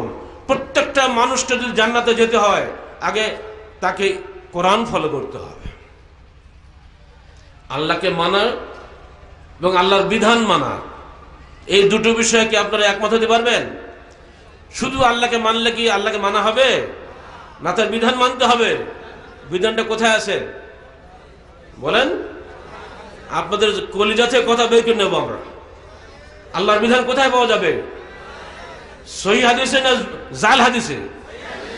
কোরআন এবং সহিহ হাদিসের মধ্যে আল্লাহ এবং রাসূলের বিধান আছে, ওই বিধান মানার জন্য যারা মানুষকে দাওয়াত দেয়, এইটাই হলো আহলে হাদিস আন্দোলনের দাওয়াত। এটা কি কোনো কঠিন কথা হলো? ইসলাম বললে শিরকি বিদআতি সবই ঢোকে, আহলে হাদিস বললে শুধু হাদিসপন্থীরাই ঢোকে, বিদআতপন্থীরা ঢুকতে পারে না। পার্থক্য হচ্ছে না? এজন্য আমরা আহলে হাদিস বলেছি। যখন ঢাকা বিশ্ববিদ্যালয়ে আহলে হাদিস যুব সংঘের সংগঠন শুরু করলাম, তখন অন্যান্য ইসলামী ছাত্র সংগঠনের নেতারা এসে আমাকে ধরলো, ভাই আপনি আহলে হাদিসটা বাদ দিয়ে ইসলামী করলে তো ভালো হতো, আমরাও ঢুকতে পারতাম। আমি বললাম, তোমার মতো বেদাতি নেব না বলে আমি আহলে হাদিস করে দিয়েছি। তো আপনি ইলেকশন করবেন না, ইলেকশন করে আমাকে না তুমি বেশি বেশি বাংলাদেশের মন্ত্রী বানাতে পারবা, কিন্তু আমি যে দাওয়াত দিচ্ছি যদি কালকে মৃত্যুবরণ করি, ইনশাআল্লাহ এই দাওয়াতের বরকতে আমি জান্নাতে চলে যাবো। বলো, তোমার বঙ্গভবন বেশি গুরুত্বপূর্ণ না জান্নাত বেশি গুরুত্বপূর্ণ? তা কোনো কথা বলেনি। আজকেও সেই কথা বলে যাচ্ছি। প্রত্যেকটা মানুষের কাছে আমরা অ্যাপিল, কোন ধর্ম নাই, সব মানুষের তৈরি করা ধর্ম। পৃথিবীতে প্রায় ৫,০০০ উপরে ভাষা আছে মানুষের, ২,৫০০ উপরে ধর্ম আছে, কেউ কেউ বলেন আরো বেশি, ২,৫৫৯ বলেন। যাই বলুক না কেন, ইসলাম ছাড়া কোন ধর্ম আল্লাহর নয়। আল্লাহ রাসূল কসম করে বলে যাচ্ছেন, ইহুদি হও নাসারা হও, যে ব্যক্তি ইসলাম কবুল না করে মরবে, ইল্লা কানা মিনা আসহাবিন নার, সে অবশ্যই জাহান্নামের অধিবাসী হবে। মিশকাত শরীফ খোলেন 10 নম্বর হাদিস, মুসলিম শরীফ খোলেন 153 নম্বর হাদিস। অতএব ইসলাম কবুল করা ছাড়া আপনার কোনো উপায় নেই জান্নাতে যাওয়ার জন্য। যদি আপনি আল্লাহকে বিশ্বাসী করেন, বা আল্লাহর কাছে যে জান্নাত জাহান্নাম আছে, এটা তো আমাদের সবাই, আমরা যদি অমুসলিমেরাও কিন্তু স্বর্গ নরকে বিশ্বাস করে, তাই না? তো স্বর্গে যেতে গেলেও আপনাকে আল্লাহকে মানতে হবে। স্বর্গের মালিক কিন্তু মানুষ না, আল্লাহ। নরকের মালিক কিন্তু মানুষ না, ওটাও আল্লাহ। অর্থাৎ আপনি আল্লাহর বিধান মানবেন, আল্লাহ খুশি হয়ে আপনাকে জান্নাতে পাঠাবেন। দুনিয়া দুদিনের দুনিয়া। এই মুহূর্তে আমার জবান বন্ধ হয়ে যাবে। মাত্র 2 সপ্তাহ আগে পাকিস্তান জমিয়ত আহলে হাদিসের সিনিয়র নায়েব আমির আল্লামা আব্দুল আজিজ দীর্ঘ 42 বছর ধরে তিনি ইসলামাবাদে একটা মসজিদ খুতবা দিচ্ছেন, অথচ খুতবা দিতে দিতেই ওখানে ঢলে পড়ে গেছেন, দুনিয়াতে বিদায় হয়ে গেছেন। এই সঙ্গে তাহারিকে তার মৃত্যু সংবাদ পাবেন, আমি সেখানে শোক বার্তা পাঠিয়েছিলাম। অতএব আমরা বলে যাচ্ছি আপনাদের কাছে, বেয়াদবি নেবেন না। প্রত্যেক মানুষকে জান্নাতে নিয়ে যাওয়াই আমাদের লক্ষ্য, কারো প্রতি আমাদের কোনো ঘৃণা নাই। সবাই এক আদমের সন্তান, আমরা ভাই ভাই। দয়া করে আসুন পরস্পরকে মহব্বতের সঙ্গে আমরা দুনিয়া বসবাস করি। হিংসা বিদ্বেষ সাময়িকভাবে মানুষকে পথভ্রষ্ট করে দেয়। যে যত বেশি ওখান থেকে মুক্ত হতে পারবেন, সে তত বেশি মহামানুষে পরিণত হতে পারবেন। আল্লাহ রসুলকে মানুষ হিংসা করে নেই, বিদ্বেষ করে নেই, তার কাছে বায়াত ভঙ্গের লোক চলে যায় নাই, মুনাফিক তার সঙ্গে ছিল না, ও তো আমাদের সঙ্গে থাকবে, তাতে কি আসে? তাতে আপনাদের সব শেষ হয়ে যাবে না একবারে? এটা হবে না। কোরআন হাদিসের ব্যাখ্যা মধ্যেই সমস্ত সমস্যা রয়েছে। এই ব্যাখ্যা নামে অপব্যাখ্যা করে করে হাদিসগুলোকে ধ্বংস করে দিয়েছে ওরা। অথচ আমরা নিজেরাই স্বীকার করি ইসলাম কিভাবে প্রতিষ্ঠা করতে হবে। আল্লাহ রসুল হলেন তার উসওয়া হাসানা। তিনি যেভাবে ইসলাম প্রতিষ্ঠা করে গেছেন, তার বাইরে অন্য কোনো পন্থা যদি আমরা ইসলাম প্রতিষ্ঠা করার চেষ্টা করি, তাহলে অবশ্যই আমাদেরকে ঠকতে হবে। আপনার ধারণা ভোট দিয়ে সংসদে যাব, ক্ষমতা অর্জন করবে, ইসলাম কায়েম করবে, এটা আপনার বক্তব্য, ঠিক না? আর এক দলের বক্তব্য হলো, অত দেরি করবে কে রে বাবা, এখনই বুলেট মেরে হত্যা করব, রক্তগঙ্গা বইয়ে দেবো দেশে, তারপরের দিন আমি নিজে ক্ষমতায় বসবো, এক হুকুমে মানুষকে একেবারে মুসলমান বানিয়ে ফেলে দেবো। বলুন, এই দুটো পথের মধ্যে কোন পথটা আপনি পছন্দ করেন? একটাও না। তাহলে আমি কি ভোট নেব? আমার পথ তো দুটা, একটা ব্যালটের, একটা বুলেটের। আপনি কোনোটাই নেই, আপনি কোথায় যাবেন তাহলে? হ্যাঁ, পথ আছে। সে পথ হলো রসুলের পথ। মার খেয়েছেন কিন্তু মারেন নাই। ধৈর্য ধারণের পথ, দাওয়াত ও তাবলীগের পথ, মানুষকে বুঝানোর পথ। এই পথ ফল পেতে সময় লাগে, হয়তো তার জীবদ্দশা হয় না, হয়তো মৃত্যু পরেও হতে পারে, তথাপি আপনি এই পথের বাইরে যেতে পারেন না। কোরআন থেকে শুনেন, ওমান আহসানু কাওলাম মিম্মান দাআ ইলাল্লাহি ওয়া আমিলা সালিহান ওয়া ক্বালা ইন্নানী মিনাল মুসলিমিন। তার চেয়ে উত্তম দাওয়াতদাতা কে আছে, সুন্দর কথা কার আছে, যে মানুষকে ডাকে আল্লাহর পথে এবং বলে আমি আজ্ঞাবহদের অন্যতম। যদি নিতান্ত তর্ক আসে, জাদিলহুম বিল্লাতি হিয়া আহসান, উত্তম পন্থা তাদের সঙ্গে তর্ক করো। ইসলাম কায়েমের কোনো শর্টকাট রাস্তা নাই। নিজের ব্যক্তি জীবনে ইসলাম কায়েম করা খুবই সহজ। হাদিসটা বলতে বললাম না, এর চাইতে একটু বাড়াবো না কমাবো না। এখানে এমন কোন আল্লাহর বান্দাকে আছেন তিনি বলতে পারেন আমি কোরআন এবং সহিহ হাদিসে যা আছে তার চাইতে এক পাও বাড়াবো না কমাবো না? বলতে পারবেন কেউ? বলেন ইনশাআল্লাহ আমরা বলতে পারি। আমরা বলেন আমার সাথে, আমরা কোরআন এবং সহিহ হাদিসে যা আছে তাই মানব, যা নেই তা ছাড়ব। আল্লাহ তুমি আমাদেরকে কবুল করে নাও। এক্ষুনি বেরিয়ে মৃত্যুবরণ করেন, এই শপথের জন্য আল্লাহ পাক আপনাকে হয়তো জান্নাতে দিয়ে দিতে পারেন যে হাদিসটার প্রমাণ। কোনো আমলের দরকার নেই, এইটুকু বলে বাড়ি চলে যান। হাদিসে রয়েছে যেভাবে ইসলাম কায়েম করার। আল্লাহ রাসূল বায়াত নিয়েছেন, আমরা বায়াত নিয়ে থাকি। যত যুক্তি আপনি দেন থাক আপনার কাছে, আপনার কবরে আপনি যান, আমার কবরে আমি যাবো, এই নিয়ে কোনো হইচই নেই। যিনি মানেন না করবেন বাস খালাস, তার নিয়ে কোনো ঝগড়া দরকার নেই। উনি ওনার এলেম নিয়ে থাকুক, আমরা আমাদের এলেম নিয়ে থাকি। কোনো বিতর্কে যাবেন না। আমার নসিহত থাকলে কর্মীদের কাছে দয়া করে ঝগড়া করবেন না। গালি দিলে পাল্টা গালি দিবেন না। যত গীবত তহমত আসুক সব বরণ করে নিন, পজিটিভ আন্দোলন করেন, নেগেটিভ আন্দোলন করবেন না। সন্ত্রাসবাদী যারা আছে, ইয়ং ছেলেগুলোকে, কালকে কচি বাচ্চা 17 বছর বয়স, পেপারে দেখছেন না, মোবাইল ফোন তাকে ধ্বংস করেছে। ওই ছেলেটির বয়স, তার বাবা আমাকে বলল 17 বছর পেরিয়ে মাত্র 18 বছর পড়েছে, ছোট্ট ছেলে। ও কি এত বুঝে? তার দৃষ্টিতে আমরা হলাম কাফের, কারণ আমরা যুদ্ধ করি না। সে কিছুই বোঝে না, সে আমাদেরকে কাফের মনে করে। তাহলে তাকে কে বুঝাচ্ছে বলেন? নিশ্চয়ই বুঝানো কোনো লোক আছে তো, নাকি এমনি তো বোঝে না? তাকে তো ওই তো নাজিল হয় নাই। কে তাকে বুঝালো? যে তাকে বুঝিয়েছে তারাই হলো শয়তান। এবং যারা করছে, কারা করছে আমরা বুঝি কিন্তু বলতে পারি না। সরকারও ভালো করে বুঝেন। আমাদের মাননীয় স্বরাষ্ট্রমন্ত্রী সুন্দরভাবে বলেছেন সবগুলো বিদেশি ষড়যন্ত্র চলছে বাংলার জমিনে। আমরাও এই কথার সঙ্গে পুরোপুরি একমত। প্রশাসনকে ধন্যবাদ দেবো, তারা আমাদেরকে কথা বলার সুযোগ দান করেছেন। এবং তাদের কথাটি আমরা জোরালো কণ্ঠে জনগণকে বলছি, হে পিতারা, হে বড় ভাইয়েরা, সাবধান হও। আন্তর্জাতিক ষড়যন্ত্রে পড়ে গেছে বাংলাদেশ। বাংলাদেশকে কি করে জঙ্গি রাষ্ট্র করা যায়, কি করে এই রাষ্ট্রটাকে আবার খেয়ে ফেলে দেওয়া যায়। বড় রাঘব বলরা চারিদিকে আসতেছে। এই সোনার টুকরা মাটি, বহু মানুষের রক্তের বিনিময়ে পাকিস্তান সৃষ্টি হয়েছে। ব্রিটিশ ভারতের মুসলমানদের উপরে যে জুলুম হয়েছে, আমার আব্বা তো বাস্তব সাক্ষী। তার কাছে আমি শুনেছি কলকাতা রায়টের খবর 1946 সালে। বড় বড় হাইসা নিয়ে এসে মুসলমান পালিয়ে তাকে কবে রক্তাক্ত করে ফেলে দিয়েছে রাস্তার উপরে। সেদিন সোহরাওয়ার্দীর একটা অবদান উনি আমাকে বলেছিলেন। যদি সেদিন সোহরাওয়ার্দী কলকাতার মেয়র ছিলেন, 2 হাত লম্বা করে দাঁড়িয়ে গেলেন, দেখো আমি মুসলমান, হে গুন্ডারা মারতে আসছো, আমাকে আগে মারো, পরে মুসলমানদেরকে তোমরা মেরো। সেদিন সোহরাওয়ার্দীর এই যে অবদান, হাজার হাজার মুসলমানের রক্ত থেকে সেদিন বেঁচে গেছে কলকাতায়। তারপরে কোনো মতেই যখন ঐক্য করা সম্ভব হয় নাই, তখনই বাধ্য হয়ে পাকিস্তান হয়েছিল, যেখানে মুসলমান বেশি সেখানে স্বাধীন হয়ে যাও। তাই আজকে পূর্ব পাকিস্তান হলো বাংলার জমিন, ওই পাশে ভাইদেলের উপাসে ওটা হয়ে গেল হিন্দুস্তান। পিছনে ইতিহাস যারা ভুলে যায় তাদেরকে জন্য আমাদের বড় দুঃখ হয়। আজকে আমরা মুক্তিযুদ্ধ করেছি কি জন্য? বাংলাদেশকে পাকিস্তান থেকে, পাকিস্তানের জালেমদের হাত থেকে বাঁচানোর জন্য। কিন্তু বাংলাদেশের মানচিত্র কি পরিবর্তন হয়েছে? যা ছিল পাকিস্তান আমলে সেটাই কিন্তু আছে। কেন হয়েছিল পাকিস্তান? সেদিন লক্ষ লক্ষ মানুষের জীবন চলে গেছে, বহু মা বোনের ইজ্জত চলে গেছে। তাদের কথা ভুলে যাচ্ছে কেন? যারা বাপদাদা রক্তকে ভুলে যায়, শুধু নিজের রক্তকে নিয়ে লম্বঝম্ব করে, তারা তো বললো অকৃতজ্ঞ সন্তান।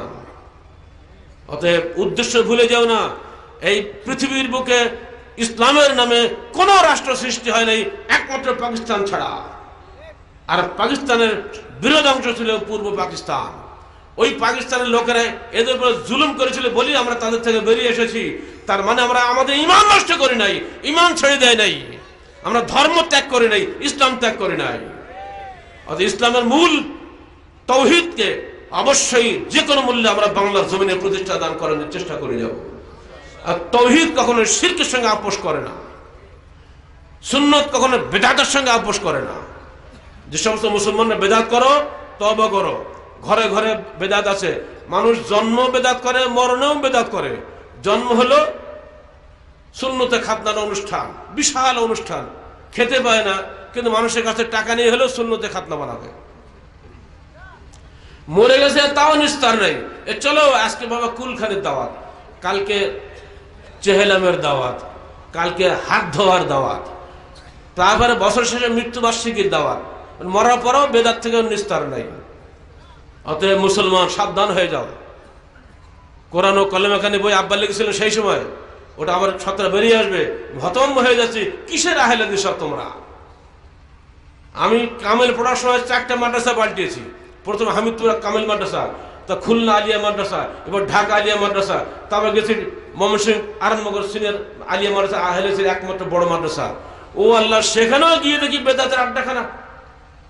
বড় বড় উস্তাদ জি সমানে লাখ কলমা পড়তেছে, 1 লাখ কলমা গুনতে সময় লাগে না? তো দেখলাম পাশে রসগোল্লার গামলা আর 3-4টে ছাত্র লাইলা লাইলা লাইলা লাইলা করতেছে, মানে সমানে সলা হটাচ্ছে। সলা হটে লাখ পড়লে তবে তো রসগোল্লা খাবো। পরের ক্লাসে হলো ওস্তাদ কি কারবার, বলে কুলখানি। কেন করেন? এটাও করে।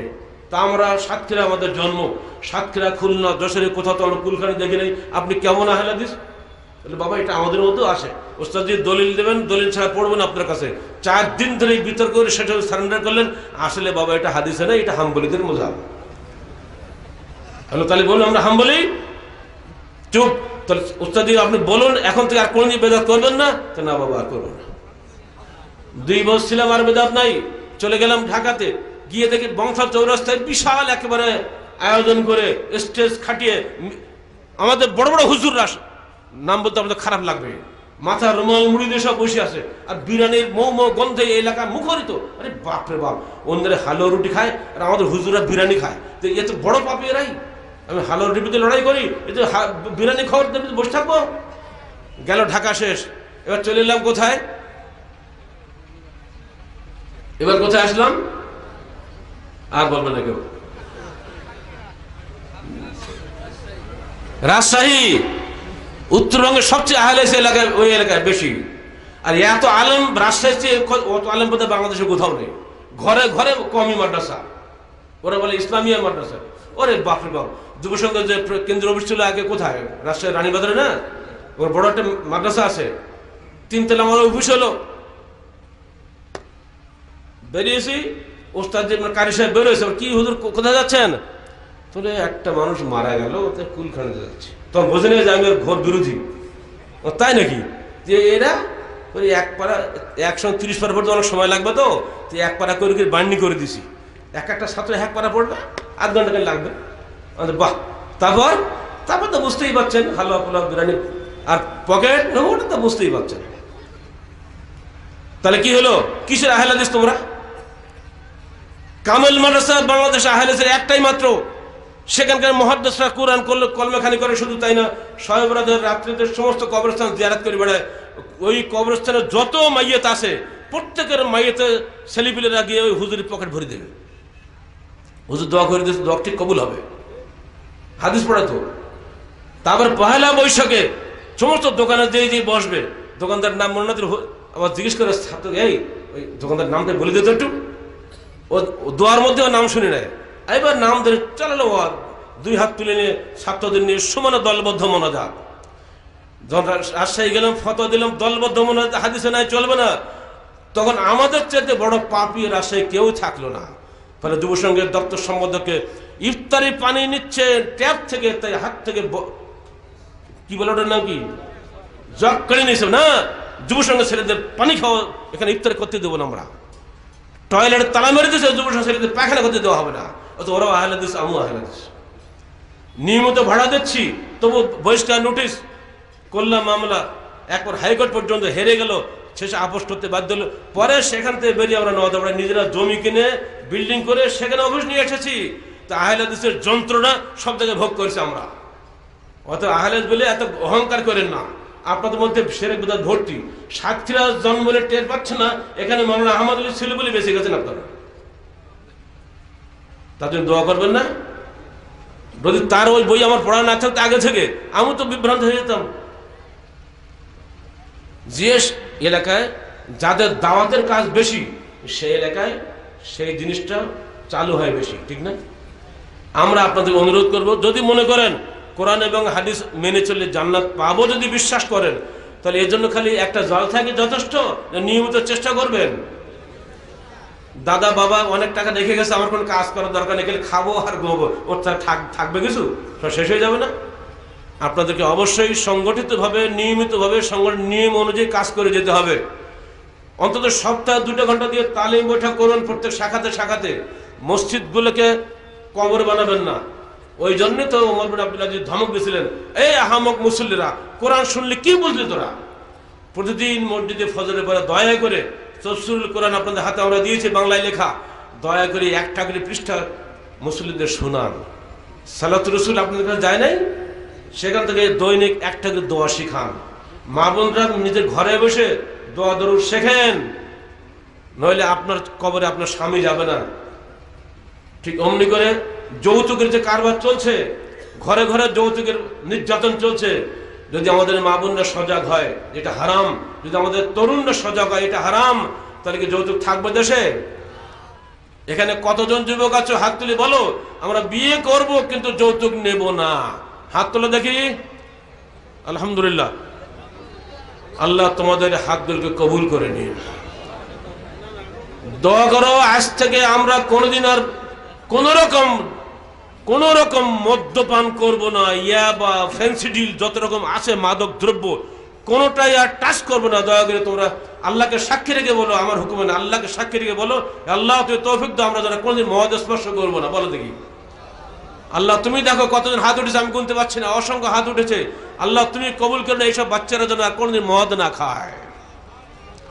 যদি মদ খাও কি হবে জাহান্নামে, ভালো করে জানো। আর যে সমস্ত বক্তারা মিথ্যা কথা বলে তারাও সাবধান হয়ে যাও। তারা হাদিসটা মনে রেখে দিও, কিয়ামতের মাঠে ওইসব বক্তাদের 2 দিকে কাঁচি দিয়ে টেনে চেরা হবে, আবার লাগানো হবে, আবার টানা হবে, আবার লাগানো হবে। সাবধান মৌলভী সাহেবরা। আহলে হাদিস আন্দোলন বাংলাদেশ সম্পর্কে একটু শব্দ যদি তোমরা করো, আমার সঙ্গে আগে কথা বলবো। কোনো ভুল হলে তার দায় দায়িত্ব আমার, তোমার নয়। পিছনে পড়ে শূন্য গদা ঘোরানো মুনাফিকের কাজ এগুলা। সাহস থাকলে আমাদের সামনে কথা বলো। তো আহলে হাদিস আন্দোলন বাংলাদেশ পবিত্র কোরআন এবং সহিহ হাদিসের আন্দোলনকে বাংলার কর্নারে কর্নারে, ঘরে ঘরে প্রবেশ করার প্রতিজ্ঞা নিয়ে বাংলার জমিনে জন্ম লাভ করেছে। এটাকে উড়িয়ে দেওয়া তো সহজ নয়। এক গালে মরে যাবে, হাজারো গালে সৃষ্টি হয়েছে বাংলার জমিনে। এটা একটা কলা গাছ, খালি কোড় হয়। আন্দোলন আছে, যুব সংঘ আছে, সোনামণি আছে, মহিলা সংস্থা আছে, তুই কয়টা মারবা? আব্দুল্লাহ, আল্লাহ রসুলের সঙ্গে মুনাফিক ছিল, তার নাম আব্দুল্লাহ। তা আমার সঙ্গে মুনাফিক থাকবে, তার নাম হবে আব্দুল্লাহ। সমস্যা আছে? ওগুলো আমাদের কিছুই লাগে না, ব্যথা একটু লাগে না, একটু মন খারাপ লাগে বটে, একটু ব্যথা লাগে না। আমি চাই এই জনগণের মধ্যে খাঁটি মানুষকে কেউ নাই তার জীবনের সবকিছু বাদ দিয়ে কোরআন হাদিস অনুযায়ী জীবন গড়ার প্রতিজ্ঞা গ্রহণ করতে পারে? অবশ্যই আছে, নিঃসন্দেহে। এই অঙ্গীকারটাকেই বলা হয় বায়াত। বায়াত বললেই বেদাত। কি চমৎকার একটা ভাষা আপনারা তৈরি করে দিয়েছেন। খবরদার, কোরআন হাদিস সঙ্গে বোঝার চেষ্টা করুন। নিজে সব জায়গাতেই আপনি আনুগত্য করেন, ফাসেকের আনুগত্য করেন, বলে রাষ্ট্রীয় খলিফা তোমার আমির নাকি? শর্ত নেই, ইয়াকুদুকুম বিকিতাবিল্লাহ। আমির হবে সেই যে আল্লাহর কিতাব অনুযায়ী শাসন করবে, পরিচালনা করবে। আমাদের দেশের প্রধানমন্ত্রী বা কি বলে প্রেসিডেন্টটা কি আল্লাহর কিতাব অনুযায়ী শাসন করে? আমরা অবশ্যই তার আনুগত্য করি, বাধ্যগত আনুগত্য। এটা আমাকে করে যেতেই হবে দুনিয়ার শৃঙ্খলা রক্ষার স্বার্থে। কিন্তু কোরআন হাদিস মানার জন্য অবশ্যই আমার নিজস্ব আমির থাকবে, তার অনুশাসন মোতাবেক আমার দুনিয়া চলাফেরা করবো, চলতে পারবো না। কথা বোঝা গেছে? এই সহজ কথা বুঝতে এত সময় লাগে? যদি আহলে হাদিস আন্দোলন সবাই রন্ধে রন্ধে চলে না যায়, শিরক বেদাতে ভর্তি হয়ে যাবে। যেভাবে আহলে হাদিসরা শিরক বেদাতে ভর্তি ছিল, উত্তরবঙ্গ, মধ্যবঙ্গ, সব বঙ্গে আমাদের শত্রু বেশি। আহলে হাদিসরাই আমাদের শত্রু বেশি। কারণটা কি? হানাফি ভাইরা নারাজ হবেন, আপনারা আমাদের বন্ধু। কারণ একটা হানাফি ভাইকে বুঝাইতে 10 মিনিট সময় লাগে না, আহলে হাদিস হয়ে যায়। এটা আহলে হাদিসকে একটা মনোজাত ছাড়াতে সারা জীবন চেষ্টা করলেও পারি না আমরা। কি কথা ঠিক না বেঠি? খাটলে এখন আহলে হাদিস সব লম্বা দাড়ি সবই ঠিক আছে, হজ প্রতি বছর বছর করে, ও বেটা মনোজাত ছাড়বে না। একটা বেদাত বলে রাখছে আপনাদেরকে, এক একটা ফতোয়া দিয়ে সমাজকে কিভাবে ধ্বংস করা হয়েছে। আল্লাহ রাসূল বলেছেন সালাত আদায় করার সময় মাঝখানে যদি ফাঁক থাকে, আমি দেখতে পাচ্ছি ওই ফাঁকে একটা কালো বকরি দাঁড়িয়ে আছে, শয়তান, তাই না? লক্ষ লক্ষ মুসলমান সালাত আদায় করছে মসজিদে, মাঝখানে সব পায়ে ফাঁক। একটা ফতোয়া দিয়ে রাখা হয়েছে, পায়ে পায়ে লাগানোটা কেমন বেয়াদবি নয় কি? এটা তো মন গড়া কথা, হাদিস নয়। হাদিসে বলা হচ্ছে তারাসু, একেবারে শীষে ঢালা প্রাচীরের মতো গায়ে গায়ে লেগিয়ে দাঁড়াও। আর আপনি বলছেন পায়ে পা লাগানোটা বেয়াদবি নয় কি? আপনার এই কথাটির কারণে অসংখ্য মানুষ আজকে শয়তান নিয়ে সালাত আদায় করছে। রসুলের তারা শাফাত পাবে কিনা আল্লাহ ভালো জানেন। স্রেফ আপনার একটা ফতোয়ার জন্য অসংখ্য ছেলে সালাত বন্ধ করে দিয়েছে নয়াতন পড়তে হবে বলে। এটা হেদায়েতে তিনি নির্দেশ দেন নাই। সাহেবে হেদায়া সুন্দরভাবে কথাটা বলেছেন, যদি এটা সংকল্পের সঙ্গে সঙ্গে মুখে বলে তাহলে কতই না ভালো হয়।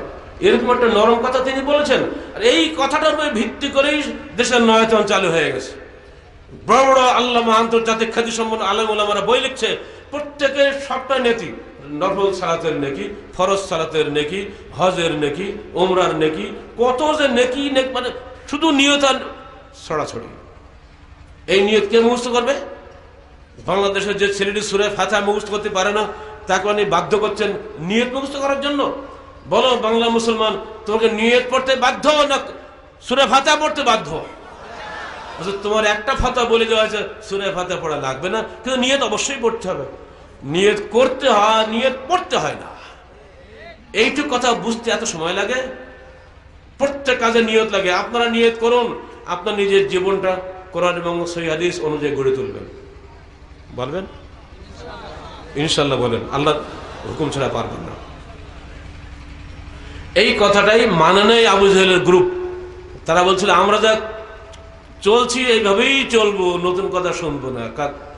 কি বলে, বাল নাত্তাবিউ মা আলফানা আলাইহি আবানা, বাপদাদা চৌদ্দগুলো যা করেছে আমরা তাই করব, আমরা মুহাম্মাদের কথা শুনবো না। আপনারা কি তাই বলবেন নাকি? তাই বললে কি হবে? হবে না। যদি জান্নাত পেতে চান রাস্তা দুটা, হয় আপনি ইম্মা শাকিরা ওয়া ইম্মা কাফুরা, হয় আপনি কোরআন হাদিস মেনে নেবেন, আর নইলে আপনি প্রত্যাখ্যান করবেন। সুবিধা মতো নেবেন, সুবিধা মতো ছাড়বেন, এটা হবে না। এটা ইহুদিদের তরিকা।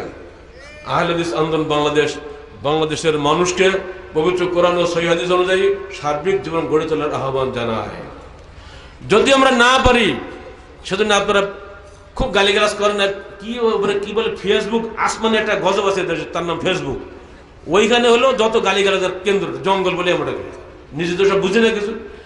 গত জুমায় আমরা খতবা দিয়েছি রোহিঙ্গাদের নির্যাতনের পক্ষে, তাদেরকে রক্ষার জন্য আমরা আমাদের সরকারের কাছে দাবি জানিয়েছি। সূরা নিসা ৭৫ নম্বর আয়াতের ভিত্তিতে খতবাটা হয়েছে। রোহিঙ্গাদের উপরে যে জুলুম হচ্ছে, এই জুলুম বিশ্ববাসী দেখছে কিন্তু কিছু বলছে না। এখন তারা বলছে আপনি নিজে যা পারেন না তো বলেন কেন? আপনি নিজে কেন যেতে পারেন না সেখানে? এইখানে যে ছেলেদের বোঝার ভুল, অনেক কিছু আছে নিজে বুঝি কিন্তু করতে পারি না, কারণ আমার সামর্থ্যের বাইরে। ওটা রাষ্ট্রীয় ব্যাপার। আমি কি রাষ্ট্র ক্ষমতার মালিক? আর তাই বলি কি আমি একটু কাঁদতেও পারবো না তাদের জন্য? তাদের জন্য দুঃখ প্রকাশ করতে পারবো না? আমি কি তাদের পক্ষ হয়ে আমার সরকারের কাছে দাবি জানাতে পারবো না? এটুকু আমার অপরাধ হয়ে গেছে। মানে যদি আপনারা তর্ক করেন, তর্ক করে জীবনে শেষ হবে না। এই জন্য বলছে আল্লাহর সামনে কি করে তর্ক করবে? তর্ক সারা জীবন করা যাবে, এত সহজ না। বিষয়গুলো মনে রাখবেন। রোহিঙ্গা মুসলমানরা বাঙালি, তাদের উপর যে জুলুম হচ্ছে, এই জুলুমের বিরুদ্ধে সারা বিশ্বব্যাপী সোচ্চার হওয়া প্রয়োজন ছিল, তা আমরা হতে পারিনি। হয়তো সরকারের কোনো অন্য কোনো ব্যাপার স্যাপার আছে, হয়তো বেশি ক্ষতি হবে বাংলাদেশে মনে করি, হয়তো তারা কিছু বলতে পারছে না। কিন্তু এরপরেও আমরা জানি আমাদের সরকার তাদের পরে ৫ লক্ষ মানুষকে আশ্রয় দিয়েছে বাংলা জমিনে। যদি এটুকু সাহায্য যদি না দিত, সুযোগ যদি না দিতেন আমাদের সরকার, তাহলে তার সবই তো শেষ হয়ে যেত। আমরা বলবো বাহ্যিক ঠিক রাখেন, অন্তরকে ঠিক রাখবেন। আপনাকে কবরে যেতে হবে। যার যত বড় দায়িত্ব তার তত বড় কৈফিয়ত আল্লাহর কাছে, তাই না? যিনি ওখানে গিয়েছেন, যিনি ক্ষমতা আছেন বেশি, তিনি তত বেশি ইসলামের জন্য খেদমত করতে পারবেন, তাই না? যাদের সে ক্ষমতা নেই তারা তো তা পারবে না। অর্থাৎ সর্বপর্যায়ে আমাদেরকে এই বিষয়টা মনে রাখতে হবে। সাধ্যমতো আল্লাহ পাক আমাকে নির্দেশ দিয়েছেন আল্লাহকে ভয় করার জন্য। অর্থাৎ আমাকেই যে জঙ্গি হয়ে বোমা মেরে ইসলাম কায়েম করতে হবে, এই সিদ্ধান্ত যদি আপনি বা আমি নেই, তাহলে এটা কি সবচেয়ে বড় পাগলামি হবে না? লোকেরা তো এটাই চাচ্ছে, এবং এটাই কোনো কোনো ছেলে শুরু করে দিয়েছে। শুরু করে তারা ভাবছে আমরা জান্নাতে চলে গেলাম। এত সস্তা না।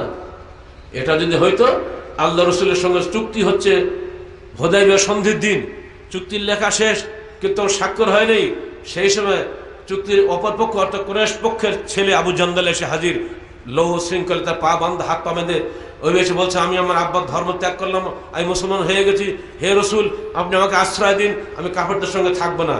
আল্লাহ রসুল বললেন, হে সোহেল, তুমি তোমার ছেলেটিকে আমাদের সঙ্গে থাকতে দাও, ইসলাম কবুল করেছে, ও তো আমার কাফের নেই। ও বলছে এটাই প্রথম হবে, অবশ্যই আমার ছেলেকে আপনার সঙ্গে আমি দিব না। আল্লাহ রসুল তাকে কিছুই বলতে পারলেন না। ওই ছেলেটি কাঁদতে কাঁদতে চলে গেল, ঘাড় ধরে নিয়ে তার বাবা নিয়ে চলে গেল। ওমর ফারুক তরবারি নিয়ে পিছনে চলে গেল, এই ছেলে এই তরবারি নিয়ে তুই তো বাক্যে মেরে ফেল, শয়তান ও কাফেরের রক্ত হারাম, ইন্নাল মুশরিকুনা নাজাসুন, মুশরিকের রক্ত নাপাক, মেরে ফেলবে। কিন্তু হয়, নেতার নির্দেশ নাই যে, রসুল তো নির্দেশ দেননি মারার জন্য। ওমর কিন্তু রাগে ঠকঠক কাঁপতেছে, মারতে পারলে যেহেতু নেতার নির্দেশ নাই। কি আমিরের নির্দেশ মানতে হবে আপনাকে? কারণ আমির যে নির্দেশটা দেয় হিসাব করে দেয়। কারণ আজকে যদি সন্ধিটা বন্ধ হয়ে যেত, আগামী 10 বছর শান্তির সঙ্গে ইসলাম প্রচার করতে আল্লাহ রসুল পারতেন না। চুক্তি হয়েছে 10 বছর পর্যন্ত উভয় পক্ষ যুদ্ধ বন্ধ থাকবে, এইটা ভালো, একটা ছেলের জন্য চুক্তি ভঙ্গ করাটাই ভালো হবে? দেখেন কত দূরদর্শিতা নিয়ে আমিরদের চলতে হয়, দেশের সরকারকে কত দূরদর্শিতা নিয়ে চলতে হয়। একজন নাগরিক বলতেই পারে সমস্যা সরকার সাথে মানবে, এটা তো নয়, কিন্তু তাই বলে সরকার রাগ করে আমি একদম বোমা টোমা ঝাঁপ দিয়ে পড়লাম, লাভটা কি হবে? বিদেশিরা বলবে এই তো তোমার দেশে ইসলাম জঙ্গি ইসলাম, অত জঙ্গি খতম করো। এখন আরেকটা শুরু হয়েছে, জার্মানিতে বলে সালাফি মসজিদ বন্ধ করে দিয়েছে। এখন শুরু হয়েছে ফেসবুকে লেখালেখি যে সালাফি যত আছে পৃথিবীতে এরাই হলো যত জঙ্গিবাদের মূল হোতা। তাদেরই প্রতিবাদে গত সংখ্যা তাহারিক আমরা লিখেছি, সালাফি দাওয়াত কাকে বলে দেখে নাও। যুক্তরাষ্ট্রের ইলিনয় ইউনিভার্সিটির প্রফেসর আলী রিয়াজ এবং সেই সঙ্গে আরো কয়েকটা ইউনিভার্সিটি তারা গবেষণা করে ওখানে দেখেছে যে 1400 বছর থেকে সালাফিরাই যত জঙ্গির হোতা। আমরা লিখে দিই যে কল্পনা বিলাসীরা সাবধান হও, সালাফি কাকে বলে আগে জানো, তারপরে মন্তব্য করো। ওদেরকে আমি গবেষক বলতো আমি আমার বিবেকে বেঁধেছে, ওর গবেষকই না, ওরা কিচ্ছু না, সেটা কল্পনা বিলাসী। সালাফি আন্দোলন কোশ্চিন কাল জঙ্গিবাদী বিশ্বাসী নয়, আহলে হাদিস আন্দোলন কোশ্চিন কাল জঙ্গিবাদী বিশ্বাসী নয়। এটা খারেজি যারা তারাই জঙ্গিবাদী বিশ্বাসী, খারেজি অনুসারী যারা আছে বাংলাদেশে তারাই এগুলো করে থাকে। সে খারেজি আকীদার লোকদেরকে আপনার বেশি বের করান। আমি সবাইকে বলবো খারেজি হয়েও না, এরাই আল্লাহ রসুলের জামাতা আলী ইবনে আবু তালেবকে কাফের বলে হত্যা করেছিল। কি আলীকে কাফের ছিলেন? যিনি জীবিত অবস্থায় জান্নাতের সুসংবাদ প্রাপ্ত মানুষ, সেই মানুষটাকে যেসব ছেলেরা কাফের বলে হত্যা করেছে, আজকে ঠিক সেই মানুষেরাই গালাব সাহেবকে কাফের বলছে।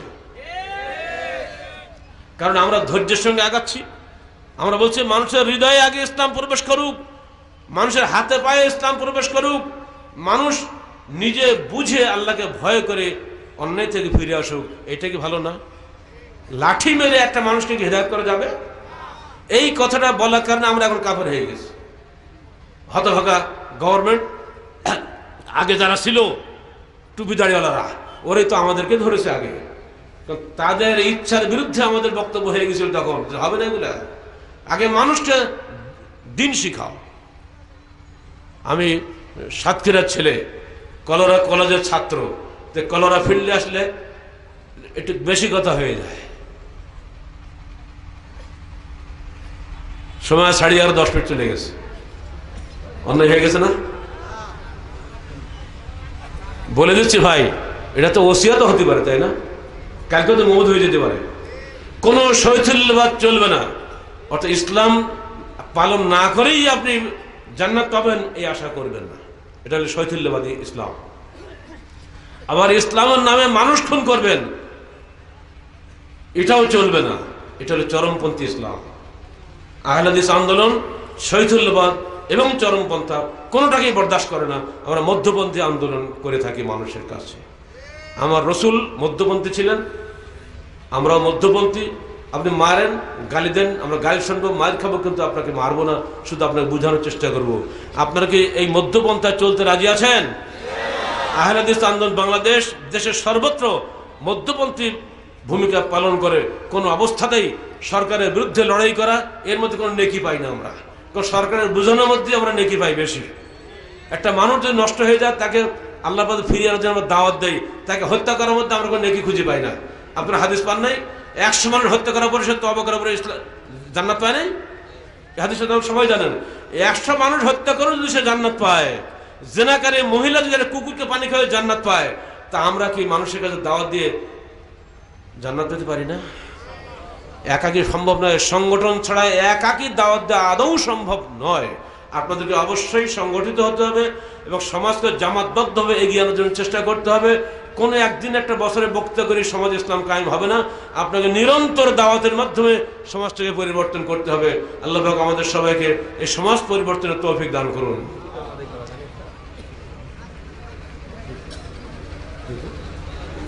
পরিশেষে আপনাদের সবার কাছে ক্ষমা চেয়ে নিচ্ছি এবং মৃত্যু পর্যন্ত যেন আহলে হাদিস আন্দোলন করতে করতে দুনিয়ার বেঁচে থাকতে পারি, আপনারা সেই দোয়া আল্লাহর কাছে করবেন। পবিত্র কোরআন এবং সহিহ হাদিসের আলোকে জীবন গড়ার দাওয়াত আপনার কাছে দিয়ে যাচ্ছি। আপনারা দাওয়াত কবুল করবেন, চেষ্টা করবেন যেন এই দিন কায়েম থাকে। আল্লাহ পাক আমাদের সবাইকে তৌফিক দান করুন। আসসালামু আলাইকুম ওয়া রাহমাতুল্লাহি ওয়া বারাকাতুহু।